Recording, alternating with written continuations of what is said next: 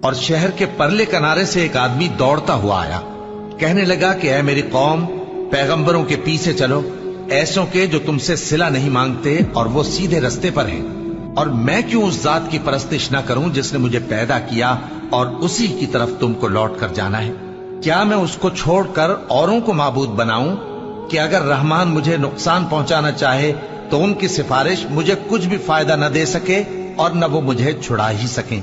تب تو میں کھلی گمراہی میں پڑ گیا۔ میں تو تمہارے پروردگار پر ایمان لایا ہوں، سو میری بات سن رکھو۔ حکم ہوا کہ بہشت میں داخل ہو جا۔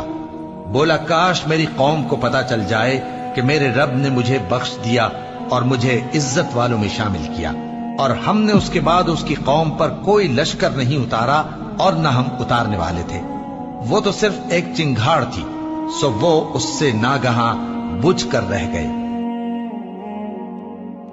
اور شہر کے پرلے کنارے سے ایک آدمی دوڑتا ہوا آیا، کہنے لگا کہ اے میری قوم، پیغمبروں کے پیچھے چلو، ایسوں کے جو تم سے صلہ نہیں مانگتے اور وہ سیدھے رستے پر ہیں۔ اور میں کیوں اس ذات کی پرستش نہ کروں جس نے مجھے پیدا کیا اور اسی کی طرف تم کو لوٹ کر جانا ہے؟ کیا میں اس کو چھوڑ کر اوروں کو معبود بناؤں کہ اگر رحمان مجھے نقصان پہنچانا چاہے تو ان کی سفارش مجھے کچھ بھی فائدہ نہ دے سکے اور نہ وہ مجھے چھڑا ہی سکیں؟ تب تو میں کھلی گمراہی میں پڑ گیا۔ میں تو تمہارے پروردگار پر ایمان لایا ہوں، سو میری بات سن رکھو۔ حکم ہوا کہ بہشت میں داخل ہو جا۔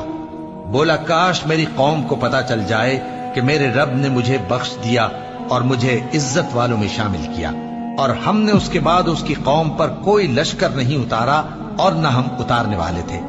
وہ تو صرف ایک چنگھاڑ تھی، سو وہ اس سے ناگہاں بجھ کر رہ گئے۔